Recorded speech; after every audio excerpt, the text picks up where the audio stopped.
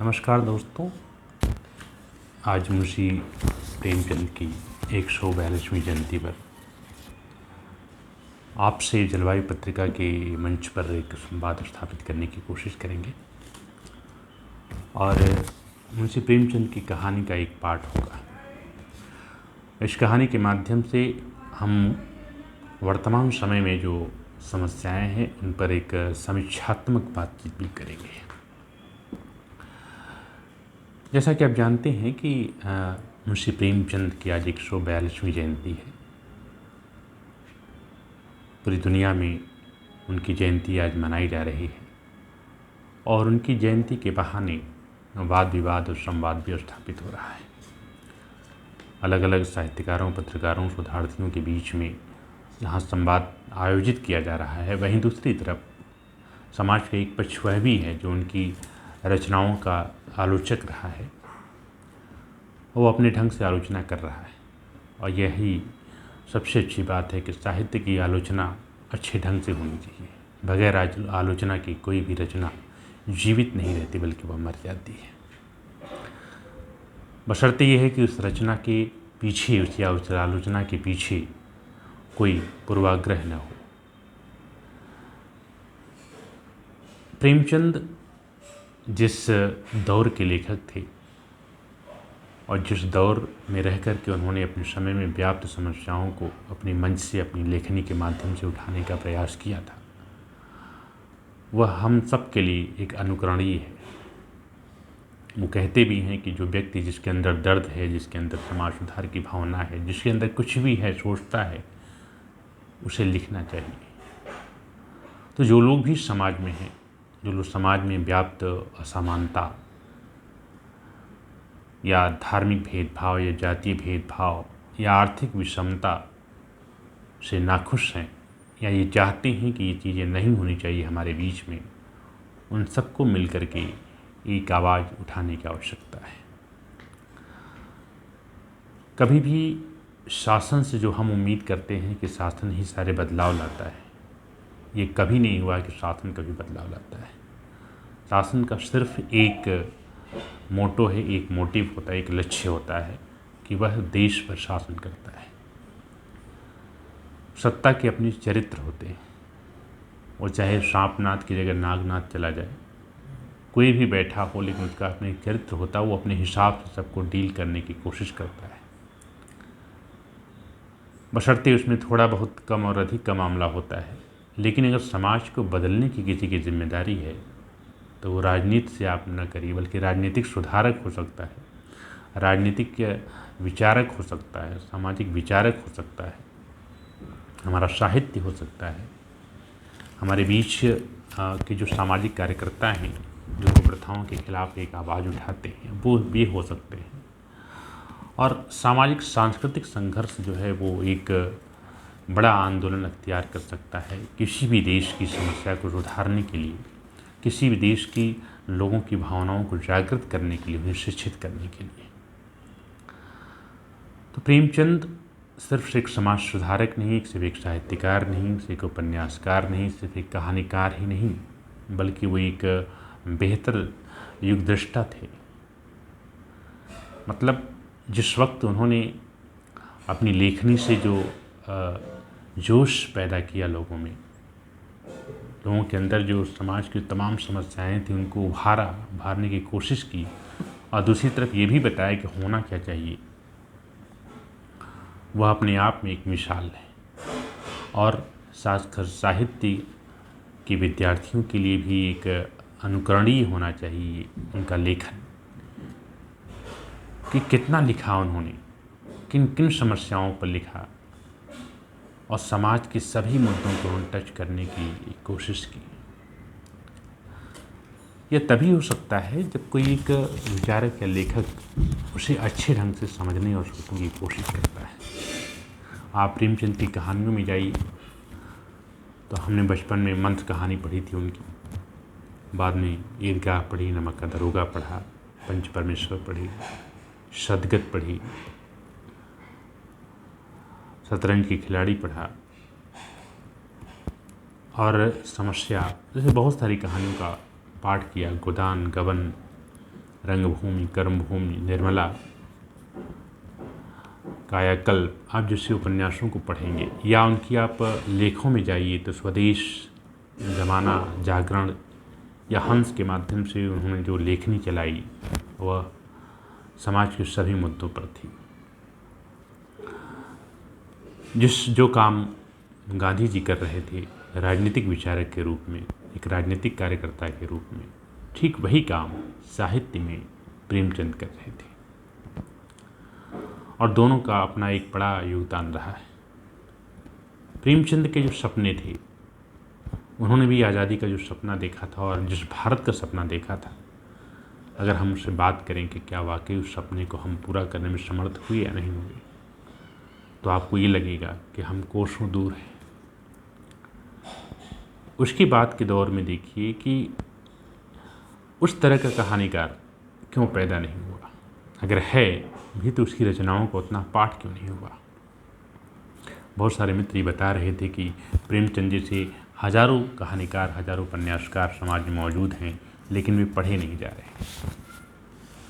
आखिर क्यों नहीं पढ़े जा रहे? साहित्य जब किसी डिग्री कॉलेजों, यूनिवर्सिटियों की शाखा से निकलता है, साहित्य जब किसी ऋषि घराने से लिखा जाता है, साहित्य जब किसी बड़े मेट्रो शहरों से लिखा जाता है, तो मुझे लगता है उस साहित्य की पहुंच जो है वो सामान्य जन तक नहीं हो सकती। एक जैनेंद्र और प्रेमचंद का एक संस्मरण है, जैनेंद्र जी का संस्मरण लिखा है, आपने शायद पढ़ा भी होगा।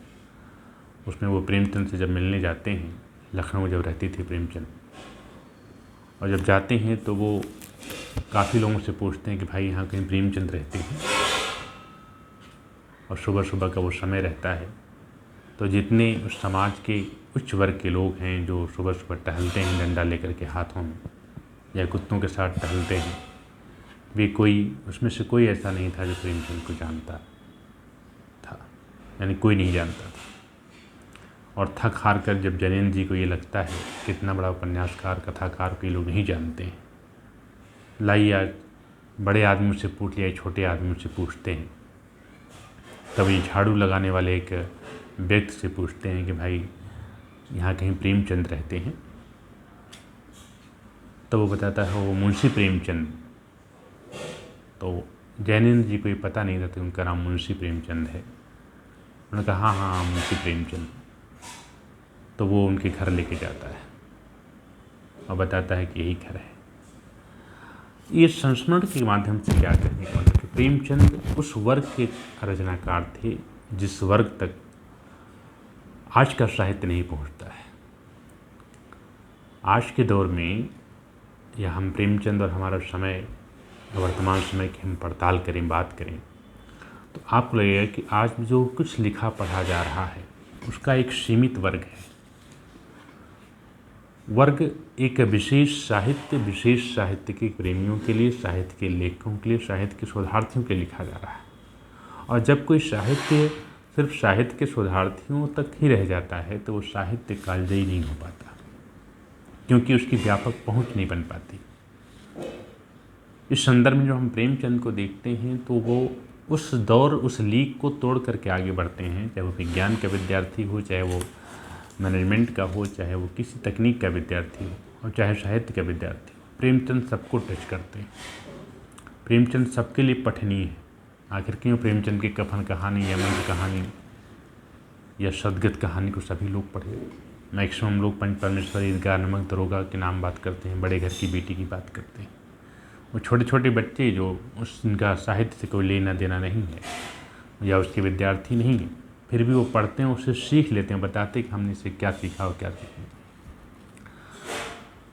हम उस दौर से अगर वर्तमान दौर को जोड़ते हैं प्रेमचंद को, कि यदि आज प्रेमचंद होते तो क्या लिखते अपनी रचनाओं में, तो आज वो लिखते इस देश की अर्थव्यवस्था के भी लिखते, देश के बदलते पर्यावरण के ऊपर अपनी कहानियाँ लिखते, देश के बदलते राजनीतिक माहौल पर लिखते, और देश में व्याप्त नफ़रत और नफ़रत का जो बीज बोने की नापाक कोशिशें की जा रही हैं, उससे उनका साहित्य टकराता है। आज के लगभग 82 वर्ष पहले, यही मान के चलिए कि 36 के बाद लेके आज तक इतने दिनों में उनका साहित्य आज भी इतना प्रासंगिक क्यों लगता है कि हमें प्रेमचंद याद आते हैं, या प्रेमचंद को उस समय लगा होगा कि आज के हम 80-85 साल बाद भी उतने ही प्रासंगिक होकर उठेंगे जिस उस वक्त नहीं रहे होंगे। वो इसलिए कि उनकी जो कहानियाँ हैं, उनके जो पात्र हैं, वो हमारे आपके बीच के पात्र हैं। ये साहित्यकार की वो दूरदर्शी सोच है कि वो उस कहानी पात्र का चयन उन्होंने किया जो उन्हें लगता है कि भारतीय समाज की एक सच्चाई ऐसी है जो हर वक्त किसी न किसी रूप में मौजूद रहती है, और सामंतवाद का वो घिनौना चेहरा वो प्रस्तुत करते हैं, वो दिखाते हैं। चाहे आप गोदान को ले लीजिए, क्या वो सामंतवाद इस रूप में मौजूद नहीं है? आज भी वो सारी सामंतवादी शक्तियाँ मौजूद हैं। आखिर क्या रीज़न है कि हिंदुस्तान में आज भी राजनीतिक जब चर्चाएं होती हैं तो पूरे आज़ाद हिंदुस्तान से लेकर के आज तक सिर्फ एक महिला प्रधानमंत्री होती है, दूसरी कोई महिला प्रधानमंत्री नहीं बनी।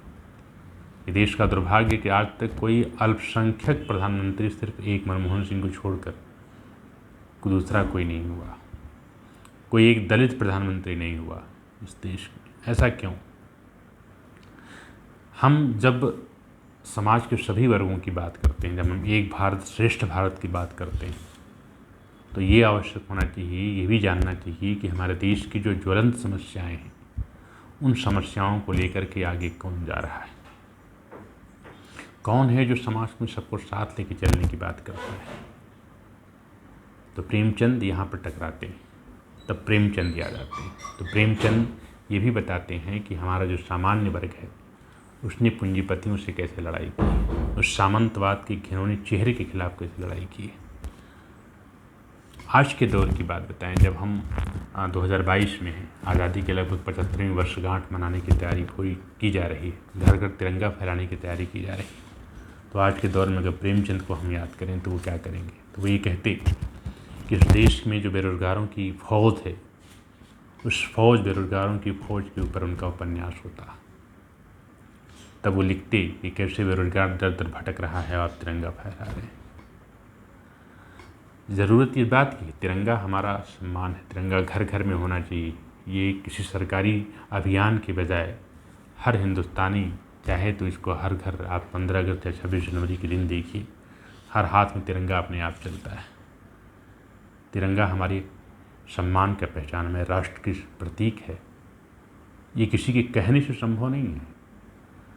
ऐसे दौर में अगर हम प्रेमचंद को याद रखें तो वो ये कहते हैं कि उस देश में जिनके घरों में भोजन नहीं है, जिनके घरों में अन्न नहीं, जिनके घरों में नौकरी नहीं है, जो डिग्रियां लेकर घूम रहे हैं, उनसे पूछिए कि वो राष्ट्र की बात कैसे करें, राष्ट्रवाद की बात कैसे करें। और आज अगर वो होते तो उनका उपन्यास राष्ट्रवाद पर आता, उनकी कहानियाँ राष्ट्रवाद पर आती, और उनकी कहानियाँ देश में झूठ और प्रपंच के नाम पर जो कुछ किया जा रहा उस पर होती। प्रेमचंद हमें यहाँ याद दिलाते हैं कि सामंतवादी मानसिकता के लोग जब भी सत्ता में आएंगे तो उनका अपना एक चरित्र होगा, और ऐसे चरित्रों के खिलाफ लड़ने की जो आवाज़ मिलती है वो प्रेमचंद के अलावा और कहीं दिखाई नहीं देती। ज़रूरी है कि हम उस दौर की, यानी प्रेमचंद की कहानियों का पाठ करें, उनकी रचनाओं का पाठ करें, और उनकी दृष्टि से ये समझने की कोशिश करें कि आखिर उनके बताए हुए रास्ते या उनकी कहानियाँ जो हमें संदेश देती हैं, उन संदेशों के माध्यम से, उन रचनाओं के माध्यम से हम एक बेहतर भविष्य का निर्माण कर सकते हैं। और समाज के जो अन्य रचनाकार हैं, साहित्यकार हैं, उनके लिए भी एक सीख है वो कि आप अपनी रचनाएं उन मुद्दों पर केंद्रित क्यों नहीं करते हैं जो वर्तमान में ज्वलंत के मुद्दे हैं। आखिर आपका साहित्य क्यों उन बड़े घरानों से या बड़े शहरों से निकलकर बड़े शहरों की चर्चाओं तक रह जाता है? वो उस आम आदमी की जनता, उस आम आदमी को नहीं पकड़ पाता, उस आम आदमी को मन को नहीं पकड़ पाता जिस मन की, जिस चीज़ की ज़रूरत है। अपने दौर में प्रेमचंद को जो सामंतवादी चेहरा है वो नहीं पहचानता था, उन्हें उस देश की जो मेहनत कश जनता थी वो पहचानती थी। आज के दौर में भी क्या है, आज के दौर का जो साहित्य है, जो प्रकाशक और लेखक और कुछ गिने चुने पाठकों के बीच रह जाता है, जब तक उसका फलक उस आम जनता के बीच में नहीं जाएगा तब तक कुछ भी संभव नहीं है। तो कहानियाँ क्या हैं, उपन्यास क्या है, वो एक समाज के एक विशेष वर्ग में जो व्याप्त शोषण है उसके चित्र को सामने रखता है और ये भी बताता है कि अगर ऐसा चलता रहा तो ये परिणाम हो सकता है और अगर ऐसा नहीं हुआ तो ये हो सकता है। तो साहित्य जो है वो समाज का आईना है और समाज का आईना साहित्य हमारे राजनीति के आगे चलने वाली एक मशाल भी है। लेकिन ये मशाल वर्तमान समय में कहीं धूमिल सी दिखाई दे रही है। हम साहित्य के विद्यार्थी तो नहीं हैं, लेकिन साहित्य से जो लगाव थोड़ा बहुत है हम लोगों का, वो दौर उस दौर की तुलना में आज के दौर की बात जब करते हैं तो प्रेमचंद की रचनाएं आज भी हम जब पढ़ते हैं तो हमेशा पढ़ने का मन करता और लगता है कि ये आदमी किस तरह से सोचता था, वो कैसे भारत के निर्माण की कल्पना करते थे, वो कैसा भारत बनाना चाहती है, कैसे वो तमाम जातियों के अंदर जो विषमताएं, आर्थिक विषमताएं हैं और कैसे एक वर्ग शोषण की बात, एक वर्गीय शोषण चल रहा है जहां पूंजीपति हमेशा या सामंतवादी लोग हमेशा गरीबों का शोषण कर रहे हैं कांतिनी, और वो जो जातीय शोषण चल रहा है जिसमें ब्राह्मण, क्षत्रिय, वैश्य, शूद्रों के साथ दुर्व्यवहार कर रहे हैं। आप सदगत कहानी में देखिए किस तरह से एक दलित का शोषण होता है, अंत में छुआ नहीं जाता है उसे। क्या हम वर्तमान समय में छुआछूत की भावना खत्म हो गई है? आज भी देखेंगे तो चाहे वो स्कूल है, कॉलेज है, समाज है, लोगों के अंदर जातीय विषमता जरूर भरी पड़ी हुई है। और शायद यही कारण है कि अभी जब भी देश में चुनाव होता है तो चुनाव का आधार जाति और धर्म है। प्रेमचंद इस चीज़ को बहुत पहले से पहचान चुके थे और अगर वो इस वर्तमान दौर में होते तो वो इस राजनीतिक जो दौर है जिसमें जाति और धार्मिक अस्मिता के नाम पर चुनाव लड़ा जा रहा है उस पर लिखते। तो ऐसे दौर में देश की युवा पीढ़ी, जो देश से के रचनाकार हैं, उन्हें ये ज़रूर सोचने की आवश्यकता है कि हम भविष्य का कैसा भारत देने जा रहे हैं। हमारी जो आगे आने वाली पीढ़ियां हैं जो अपने पूर्वजों को पढ़ेंगी और बताएंगी कि जैसे इस वक्त का माहौल है, इस माहौल के पीछे कौन जिम्मेदार है, तो हम अपने आप को माफ़ नहीं कर पाएंगे। आज हम प्रेमचंद को पढ़ रहे हैं तो हमें ये लगता है कि हमारी जो पुरानी पीढ़ी के लोग रहे हैं या जो प्रेमचंद, शंकर प्रसाद जैसे और कहानीकार, उन्होंने समाज में जो व्याप्त भावनाएं, जो व्याप्त उस वक्त की बुराइयां थीं, जो समस्याएं थी, जो कुप्रथाएं थी, उनके खिलाफ एक लेखनी चलाई, एक रचनात्मक लेखन किया, आंदोलन चलाया और आज हम उसे पढ़ रहे हैं। तो इसका मतलब ये है कि हम ये समझ रहे हैं कि हमारे पूर्वजों की चिंता थी कि समाज में ये चीज़ें जो हैं वो गलत हैं। उन चीज़ों को पढ़कर हमारे अंदर एक भावना तो ज़रूर पैदा होती है कि हम जो कुछ कर रहे हैं जाति और धर्म के नाम पर वो गलत है। लेकिन जो वर्तमान समय है, वर्तमान समय के जो रचनाकार हैं वो अपने भविष्य के लिए क्या करने जा रहे हैं, ये सवाल सोचने का है। फेसबुक लाइव हम कर रहे थे, फेसबुक लाइव में कुछ तकनीकी खामियों की वजह से वो सक्सेस नहीं हो पाया, तो आज हम अपनी बात यहीं पर ख़त्म करते हैं इस उम्मीद के साथ कि प्रेमचंद और हमारा समय, प्रेमचंद की रचनाओं से हम अपने वर्तमान का साक्षात्कार करें और यह भी देखें कि हम जो वर्तमान समय का भारत बना रहे हैं, वर्तमान समय का जो भारतीय समाज बना रहे हैं, वो किस तरह का समाज है। हमारी आगे वाली पीढ़ियाँ जब सवाल उठाएंगी, जब सवाल करेंगी कि आपने एक कैसा समाज हमें दिया है जिसमें नफ़रत, जाति, धार्मिक हिंसा अपने उफान पर है, तब हम अपने आप को माफ़ नहीं कर पाएंगे। तो ज़रूरत है कि ऐसे रचनाकार को पढ़ा जाए और उससे कुछ सीख लिया जाए। नमस्कार।